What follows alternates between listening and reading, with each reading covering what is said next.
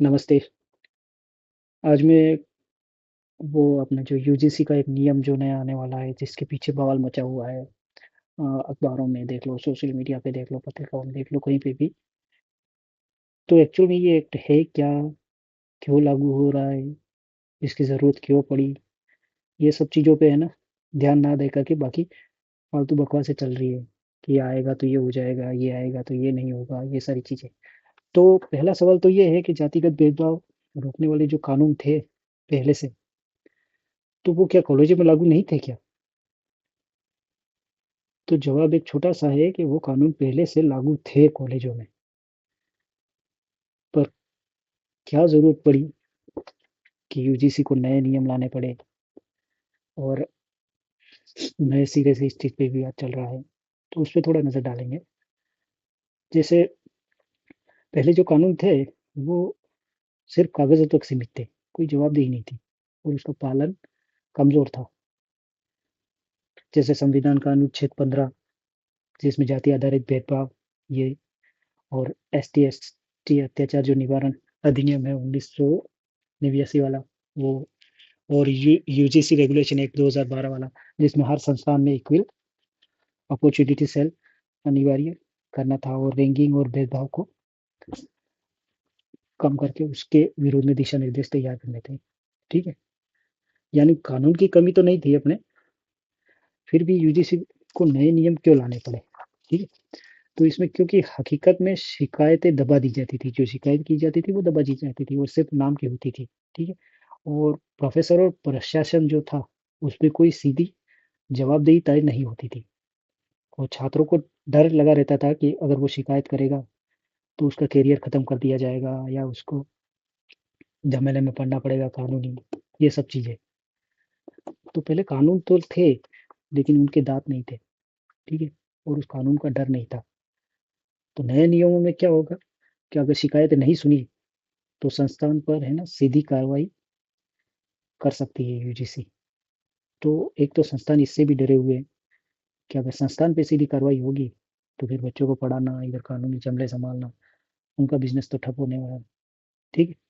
और यूजीसी उसमें एक डायरेक्ट इंटरवेन कर सकता है, ठीक है? और पहले जो कमेटियाँ बनी होती थी, वो नाम मात्र की रहती थी, जिसमें लंबा चल गया समय, उसका क्या फैसला है, क्या नहीं, कौन है उसमें, कौन नहीं, कुछ तय नहीं था। सब संस्थान अपनी मर्ज़ी से कमेटियाँ बनाते थे, कमेटियाँ रिपोर्ट बनाते थे और होता था सारा काम, ठीक है? तो अभी जो उन कमिटीज़ को है ना, उसको रेगुलेट करेंगे, उसको टाइम बाउंड करेंगे कि उसको इस टाइम में फैसला देना है, सब चीज़ें देख दुखा के ये, और जातिगत भेदभावों को सीरियस मिसकाउंटेड में डालेंगे ये, अगर लागू होता है तो, ठीक है?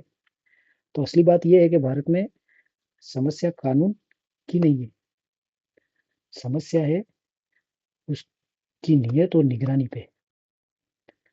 अगर कानून का डर नहीं होगा, तो कोई भी देश भी आगे नहीं बढ़ पाएगा, कोई जाति आगे नहीं बढ़ पाएगी, कुछ भी नहीं हो पाएगा। जैसे हम यहाँ विदेशों में रहते हैं, हम हर चीज़ में डरते हैं, क्यों?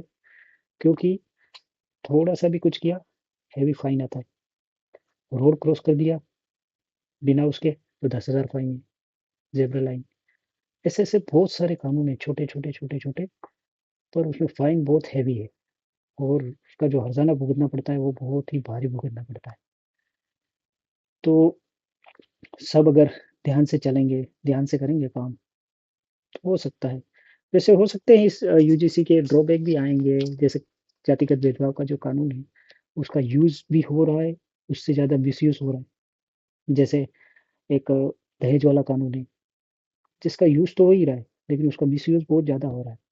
तो हर कानून के अपने फ़ायदे भी हैं और नुकसान भी है। जो लोग उसका मिसयूज़ करना चाहते हैं, वो तो करेंगे ही करेंगे।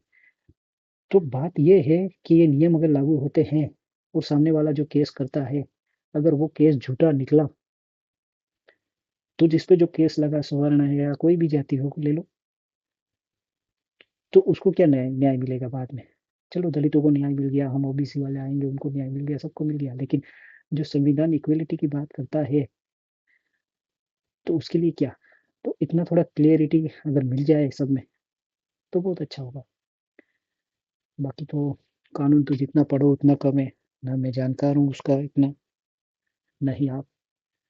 तो फालतू की इन सोशल मीडिया पोस्टों पे देख देख के, इधर उधर पढ़ के, इधर उधर सुन के अपने दिमाग में यहाँ है ना, सबके दिमागों को कचरा भर के मतलब नहीं है।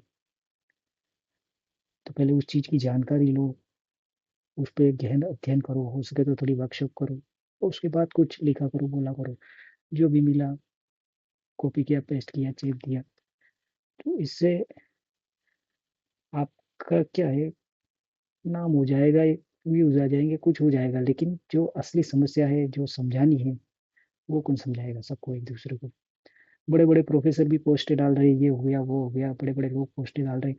अरे भाई उसको समझाओ आप थोड़ा, कि उसको फायदे क्या है, ड्रॉबैक क्या है, नुकसान क्या है। वो गई बातें, भूत अपने भूत जो थे, पुरानी पीढ़ियाँ, वो आपकी पुरानी पीढ़ियों पे अत्याचार करके चले गए, ठीक। अब हमारे बाप दादाओं या तुम्हारे बाप दादाओं के अत्याचारों का बदला मैं तुमसे लूंगा, या हमारे बाप दादाओं के अत्याचार का बदला आप हमसे लोगे। तो भूत में जियोगे तो वर्तमान आप सुधार नहीं सकते हो, न खुद का, न हमारा, न देश का, ठीक है। तो सोचो, गहन मंथन करो। राजनीति अपनी जगह चलती रहेगी, वो एकदम गंदी चीज है।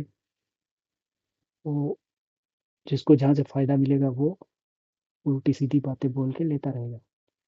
और आप खुद जब तक उस चीज को समझोगे नहीं, सोचोगे नहीं, तब तक कुछ नहीं होगा। किसी ने बोला कि तुम्हारी जाति पे अत्याचार हुआ, किसी ने बोला कि मेरी जाति पे अत्याचार हुआ, और मैंने बिना देखे सोचे समझे देख लिया यार। तो रियल में जहाँ है समस्या, वहां बात करो। आजकल तो एक तो न्यूज़ें भी ऐसी है कि कहीं घटना एक हो रही है दक्षिण में, और उत्तर में उसका बवाल चल रहा है, जहाँ कुछ लेना देना ही नहीं उस चीज का। कानून है, सब तय है, बस उसकी जवाबदारी तय करनी बहुत जरूरी है। जहाँ पे दबंगई चलती है, भले वो किसी की भी हो, उसको रोकने की जरूरत है। कानून को नियति पालन करने की जरूरत है। प्रशासन की जवाबदेही तय करने की जरूरत है।